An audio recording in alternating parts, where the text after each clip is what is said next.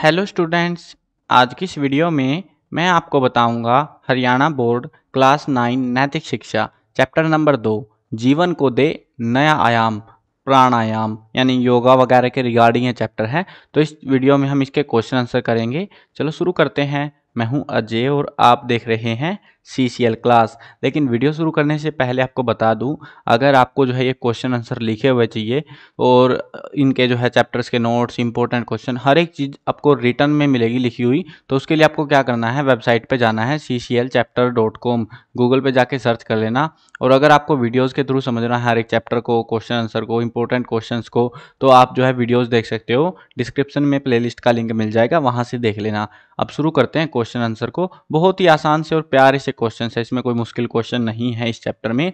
पहला क्वेश्चन है, प्राणायाम से क्या अभिप्राय है, यानी कि प्राणायाम किसको कहते हैं, ये हमसे पूछा जा रहा है। प्राणायाम जो है दो शब्दों से मिलकर बना हुआ है, प्राण और आयाम, यानी कि प्राण होते हैं हमारे, प्राण जो जीवन कह सकते हो, और आयाम यानी कि उसके जो है पहलू। अब प्राण और आयाम, अब यहाँ पे पूर्ण विराम आना था। प्राण अर्थात जीवन शक्ति यानी जीवन कह सकते हो, और आयाम यानी कि नियमन यानी उनका नियंत्रण या पालन कह सकते हो एक तरीके से। इस प्रकार प्राणायाम का तात्पर्य हुआ जीवन शक्ति का नियमन, यानी कि हमारे जीवन को चलाना, एक्चुअल में उसी को हम प्राणायाम कह रहे हैं यहाँ पे। निरंतर अभ्यास के द्वारा सांस पर नियंत्रण करके जीवन शक्ति को बढ़ाना ही प्राणायाम है। देखो आपकी मर्जी है। अब ये जो है ना, होता है बहुत सारे स्टूडेंट को इस बारे में आइडिया नहीं होता कि कितना आंसर लिखना है, क्या लिखना है। अगर देखो आप यहाँ तक याद, एग्जाम में मान लो 1 नंबर या 2 नंबर का आता है तो इतना भी लिख सकते हो, और अगर पूरा याद नहीं होता तो यहाँ तक का भी आप लिख सकते हो, ठीक है ना। वो आपके ऊपर। यहाँ से पहले की लाइन तो बिल्कुल मत भूलना, दो शब्दों का मेल है ये, प्राण और आयाम, प्राणायाम, ठीक है। प्राण का मतलब जीवन और आयाम का मतलब कंट्रोल या नियंत्रण कह सकते हो। दूसरा क्वेश्चन देखते हैं, ये इंपॉर्टेंट क्वेश्चन। देखो मैं बताता चलूंगा, जो जो वीडियो में कराऊंगा ना आपको, ये जैसे क्वेश्चन आंसर पढ़ा रहा हूँ मैं बता दूंगा कि इस चैप्टर में ये क्वेश्चन काम के हैं, एग्जाम में चांसेस ज़्यादा हैं पूछे जाने के। वैसे तो मैंने इंपॉर्टेंट क्वेश्चन की वीडियो आपके लिए अलग से बना रखी है, वहां पे देखोगे तो ज़्यादा अच्छे से आपको क्लियर रहेगा। हर एक चैप्टर के दे रखे मैंने 2-2 3-3 क्वेश्चन छांट के चैप्टर वाइज विद आंसर। चलो अब प्रश्न नंबर 2 देखते हैं। योग के अंतर्गत आसन व प्राणायाम का क्या स्थान है, यानी कि ये जो योग है, वैसे तो योग को अष्टांग योग कहते हैं एक्चुअल में, तो उसके अंदर आसन और प्राणायाम जो है वो कहाँ पर आते हैं, वो मतलब उनकी इज्जत कितनी है। योग के जो है माना जाता है कुल 8 अंग होते हैं, जिसको हम कहते हैं अष्टांग योग। ये संस्कृत पढ़ी होगी तुमने 8th में, अभी भी कुछ स्टूडेंट तो पढ़ ही रहे होंगे इवन, तो उसमें आपको पता होगा, ये संस्कृत से शब्द है थोड़ा। तो अष्टांग योग यानी कि 8 अंगों का जो है एक योग है, ये 8 अंग है इसके अंदर, उन्हीं इसी वजह से अष्टांग कह रहे हैं इसको, अष्टांग योग कहा जाता है। इसका तीसरा और चौथा अंग आसन और प्राणायाम है, यानी कि तीसरा अंग आसन है, चौथा अंग प्राणायाम है। अगर हम प्राणायाम के लिए 20 से 25 मिनट और अपनी ज़रूरत के लिए अनुसार कुछ आसनों के लिए 10 से 15 मिनट समय निकाल ले तो स्वस्थ जीवन जीना हमारा स्वप्न नहीं अपितु यथार्थ बन जाएगा। अब ये है इसका आंसर। देखो अब ये डिपेंड करता है कि एग्जाम में कितने नंबर का पूछा जाता है। अगर 2 नंबर का पूछेंगे, और वैसे तो देखो सही मैं बताऊं आपको, साफ स्पष्ट बताना जरूरी है, यहाँ तक आते आते आपका आंसर कंप्लीट हो जाता है। लेकिन होता क्या है, एग्जाम में आते हैं 2 नंबर के क्वेश्चन। अब 2 नंबर में अगर आप इतना सा लिख के जाओगे तो टीचर देगा 1 नंबर, तो वो दिक्कत है। इसीलिए मैंने थोड़ा एक्स्ट्रा बड़ा लिखा है ताकि तुम याद कर लो उस चीज़ को भी, और एग्जाम में टीचर आपको पूरा स्कोर करे, ठीक है। कहीं तुम बोलो कि सर आंसर बड़े लिख दिया आपने, वो मैं सोच समझ के लिख रहा हूँ ताकि आपको आगे इन फ्यूचर काम आएंगे। जब आप आंसर लिखोगे वहाँ पे नंबर नहीं कटेंगे आपके। चलो प्रश्न नंबर 3 देखते हैं। यौगिक क्रियाएं हमें किस प्रकार असीम आनंद प्रदान करती हैं। शरीर के आंतरिक विकारों को, आंतरिक विकार होते हैं अंदरूनी जो बीमारियां कह सकते हो, गंदगी कह सकते हो, हमारे शरीर में बुरे बुरे विचार आते हैं, वो जो बुरी चीज़ें हैं हमारे शरीर में, हमें पता है हमको क्या क्या बुरा है, विचार भी इवन इसी के अंदर आते हैं। तो आंतरिक विकारों को दूर कर मन और चित्त को स्थिर करने के लिए विकसित यौगिक प्रक्रिया ही योग कहलाती है।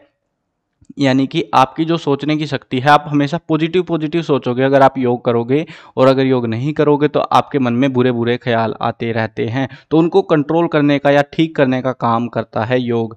योग अंतःकरण को शुद्ध कर असीम आनंद प्रदान करता है। और इस प्रकार, ये पूछ रहे थे ना किस प्रकार करता है, तो ये हमारे शरीर के आंतरिक विकारों को ठीक कर देता है और फिर हमें एक असीम खुशी मिलती है, आनंद मिलता है।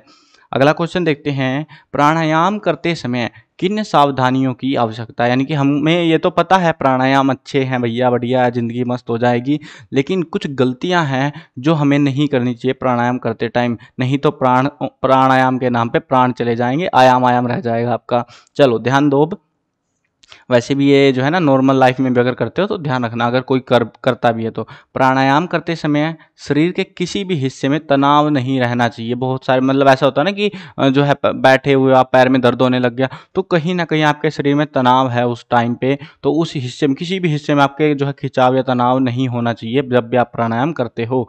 दोनों हाथ दोनों घुटनों पर ज्ञान मुद्रा की स्थिति में रहने चाहिए। ये जैसे साधु लोग आपने देखा होगा ना, वो बैठते हैं घुटनों पे हाथ रख के, और वही चीज़ है ये।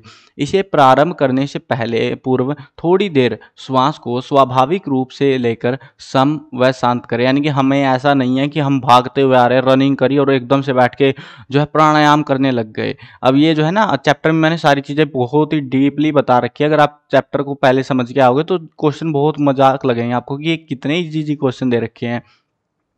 तो आपको जो है सबसे पहले क्या करना है, अपने आप को शांत करना है, बिल्कुल ऐसे कुछ भी नहीं है, बिल्कुल नॉर्मल होने के बाद प्राणायाम शुरू करना है आपको। शरीर को ढीला कर ले, और लेटना नहीं है, कहीं तुम सोचो ढीला करने के नाम पे तुम गए काम से उधर ही, ऐसा नहीं है, बिल्कुल मतलब नॉर्मल रिलैक्स में, ठीक है। और चारों ओर से विचारों को हटाकर मन को एकाग्र कर ले, यानी कि हर चीज़ का जो ख्याल है अपने मन से निकाल दे, उसके बाद ही प्राणायाम को शुरू करें। पहले पहले नहीं होता, लेकिन थोड़े टाइम के बाद हो जाता है। आंतरिक और बाह्य कुंभक में क्या अंतर है, इंपॉर्टेंट क्वेश्चन है, इसको अच्छे से याद करना। कुंभक दो प्रकार के होते हैं, एक आंतरिक एक बाह्य, ठीक है। तो देखो आंतरिक समझ रहे हो तुम, आंतरिक यानी अंदर का, बाह्य का मतलब बाहर का। तो क्या होता है, हम लोग प्राणायाम में क्या करते हैं, सांस लेते हैं, अंदर बाहर करते हैं ना, तो वही है ये चीज कुंभक, यानी कि श्वास को अंदर या बाहर रोकना, और अंदर श्वास भर कर रोकना आंतरिक कुंभक है, और श्वास को बाहर निकाल कर रोकना बाह्य कुंभक कहलाता है। आसान है ना, ये तो याद कर लोगे ना अच्छे से, ये काम का क्वेश्चन है, बहुत अच्छे से याद करना है इस वाले को। कपालभाति प्राणायाम की प्रक्रिया और इसके लाभ बताइए कि इसके क्या फायदे हैं जो कपालभाति कराते हैं हम लोगों को, या आपको भी कराते होंगे। अब आजकल तो स्कूल में भी चल रहा है इनका प्रचलन, योग वगैरह का, प्राणायाम का। तो अगर नहीं भी कराते कोई बात नहीं, आपको पता होना चाहिए फिर भी कपालभाति प्राणायाम की किस तरीके से हम उस प्राणायाम को करते हैं और इसका फायदा क्या रहेगा। हमको पहले हमको जो है प्रक्रिया बतानी है, फिर फायदे बताने हैं। ये बड़ा क्वेश्चन हो सकता है। अब इसके जो है ना एग्जाम में अगर पूछेंगे पूरा क्वेश्चन, ऐसे कैसे नहीं पूछेंगे, वो हो सकता है आपसे पूछे कपालभाति प्राणायाम की प्रक्रिया का वर्णन कीजिए, कपालभाति प्राणायाम के लाभ बताइए, तो ऐसे करके क्वेश्चन बनेगा इसमें से, बट चांसेस रहेंगे इसके भी, ठीक है। इसके लिए जो है हमें सुखासन, सिद्धासन, पद्मासन और या वज्रासन, ये आसनों की मुद्राएं हैं। अगर आपको जानना है तो इंटरनेट से देख सकते हो, फोटो वगैरह देखते ही समझ आ जाएंगे आपको। तो किसी भी इनमें से किसी भी पोस्चर में बैठ जाइए, खड़ा हो जाइए। इसमें सिर्फ सांस को बाहर निकालते रहना है। सांस को बाहर निकालते समय पेट को अंदर की तरफ संकुचित करें, सांस को अंदर नहीं खींचना, अंदर बाहर वाला नहीं है ये गेम, इसमें सिर्फ बाहर बाहर निकालना आपको सांस को। आप बोलोगे अंदर कहाँ से आएगा, तो अंदर अपने आप ही चला जाएगा। इस प्राणायाम में कोशिश करके सांस को अंदर ना ले, वो ऑटोमेटिकली होता है, वो अपने आप हवा जाती है थोड़ी बहुत, तो उसी से होता है ये। तो एक ये प्रोसेस है इसका। अब इसके फायदे क्या हैं। कपालभाति प्राणायाम से रक्त संचार बढ़ता है और शरीर की बढ़ी हुई चर्बी घट जाती है। यानी कि जिनको फैट की दिक्कत है ना, चर्बी बढ़ गई है, पेट की चर्बी स्पेशली, तो वो घट जाती है यहाँ पे। थायराइड की समस्या खत्म हो जाती है, गले में जो पेन वगैरह होता है जिनको, तो उनके जो प्रॉब्लम्स है वो ठीक हो जाती हैं। संपूर्ण पाचन तंत्र स्वस्थ होता है, यानी कि हमारा जो डाइजेस्टिव सिस्टम है वो बढ़िया हो जाता है। बालों तथा त्वचा की कोई समस्या हो तो समाप्त हो जाती है। यानी कि हमारा बेसिकली क्या होता है, हमारा जो खून है ना, ब्लड है, वो अगर एक बार साफ हो गया तो उसके बाद में ज़्यादातर समस्याएं खत्म हो जाती है, और ये उसको फिल्टर करने का ही काम करता है। एक्चुअली बात तो यही है। अब इनको लिख के बताना पड़ेगा यार पॉइंट वगैरह, तो इसीलिए मैंने पॉइंट बनाया है। आँख और दांत की सभी समस्याएं खत्म हो जाती है और किडनी भी साफ हो जाती है। कुल मिला के ऑल राउंड बीमारियों का इलाज। चलो आगे बढ़ते हैं, अगला क्वेश्चन देखते हैं। सूर्य भेदन प्राणायाम मन व शरीर के लिए किस प्रकार लाभदायक है। यानी कि शरीर, मन और शरीर दोनों चीज़ें अलग अलग होती हैं, कहीं तुम एक ही सोचो, अलग अलग है। मन अलग होता है हमारा, शरीर अलग है। बहुत बार जो है हमारे विचार कुछ भी चल रहे होते हैं। तो ये जो प्राणायाम है ना, ये क्या करता है, ये सूर्य भेदन प्राणायाम, इसके फायदे बताने हमको। सूर्य भेदन प्राणायाम निम्नलिखित प्रकार से लाभदायक है। यह शरीर में ताप पैदा करता है। ताप होता है टेम्परेचर या गर्मी कह सकते हो, गर्म कर देता है शरीर को। सूर्य भेदन जब प्राणायाम करते हो, इसको गर्मियों में नहीं करना चाहिए, सर्दियों में ही करते हैं इसको। और रक्त का शोधन करता है, रक्त में लाल कणिकाओं को बढ़ा देता है, मन को स्वस्थ करता है, पेट और आंत के रोग दूर होते हैं। नियमित अभ्यास कुष्ठ रोग में लाभदायक है। पिघला नाड़ी का भेदन कर मस्तिष्क की शक्ति को जगाता है। ये वो प्राणायाम है जो आपकी जो सोचने की शक्ति है उसको बढ़ा सकता है। तो बाकी सारी चीज़ें पहले वाले के जैसी ही मिलेंगी, मतलब सारे अतड़ियाँ पतड़ियाँ साफ कर देता है, आपके अच्छे से खून साफ कर देता है, वही सारी चीज़ें करते हैं। ज़्यादातर प्राणायाम अगर कुछ नहीं याद आ रहा ना, तो ये 2-3 काम तो जरूर करते हैं, ध्यान रखना। एक तो आपका जो है अतड़ियाँ पेट वगैरह साफ कर देता है, खून को साफ कर देता है। तो ये जो कॉमन सी चीज़ें हैं, ये जो है आपका जो है मन को शांत करता है, स्वस्थ करता है कह सकते हो। तो ये चीज़ें जो है लगभग सभी प्राणायाम करते हैं। अ, आप किस समय तथा कौन सी योग क्रियाएं करते हैं, इस दौरान आपको कैसा अनुभव होता है, आपको बताना है। मैं सूर्योदय के समय सूर्य नमस्कार करता हूं और इसमें मुझे सुबह की ताजगी की तरह शरीर के अंदर एक नई ऊर्जा महसूस होती है। आप अपना एक्सपीरियंस बता सकते हो। देखो मैंने अपना पर्सनली बता दिया, तो आप भी अपनी मर्जी से जो आपको अच्छा लगे वो बता सकते हो। प्राणायाम के लाभ संबंध में एक चार्ट बनाइए। देखो चार्ट यहाँ पे स्क्रीन पे चार्ट थोड़ी ना बनाऊंगा मैं, चार्ट होता है यार एक्चुअली, तो वो आपको बनाना हो तो बना लेना, छात्र स्वयं करें, ठीक है। वो आपकी मर्जी है, बनाना हो तो बना लो, नहीं तो छोड़ दो क्वेश्चन को। योग के प्रचार प्रसार में लगी संस्थाओं व व्यक्तियों के बारे में जानकारी एकत्रित कीजिए। अब जैसे क्या होता है, जैसे बाबा रामदेव है, पतंजलि हो गई, ये क्या कर रही है, योग का प्रचार कर रही है कहीं ना कहीं एक तरीके से। तो ऐसी जो संस्थाएं हैं, कोई व्यक्ति है, तो उनके नाम आपको जानकारी इकट्ठी करनी है। आपने ये बाबा रामदेव का सुना होगा, इसीलिए मैंने उनका एग्जाम्पल दिया है। ऐसे बहुत सारे लोग हैं इंडिया के अंदर जो ऐसे प्रचार कर रहे हैं, बाहर इवन विदेशों में जाकर भी अपनी संस्कृति का प्रचार कर रहे हैं, अपना जो योग का प्रचार करते जा रहे हैं। तभी तो इंटरनेशनल योग डे मनाए जाने लग गए 21 तारीख को, 21 जून को प्रोबेबली शायद से। तो ये जो है ना, ये चीज़ें बहुत सारे लोग कर रहे हैं, आपको बस उनकी जानकारी इकट्ठी करनी है अगर कभी टाइम मिले तो। और वो आपके ऊपर है पूरा, आपको करना हो तो कर लेना, नहीं तो छोड़ दो क्वेश्चन को, ठीक है। इसीलिए मैंने आपके ऊपर, देखो मैं ये भी कर सकता था कि आपको जो है उन व्यक्तियों का नाम बता देता।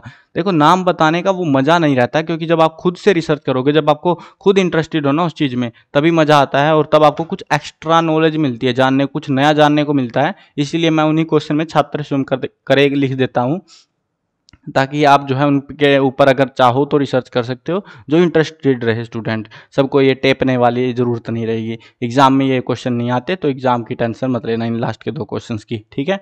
चलो ये थे हमारे टेक्सचुअल क्वेश्चंस। बाकी जो इंपॉर्टेंट क्वेश्चन अगर आपको देखने हैं या कोई चैप्टर के एक्सप्लेनेशन देखनी है, तो आप प्लेलिस्ट के अंदर से जाके देख सकते हो। मिलते हैं नई वीडियो में, बाय बाय।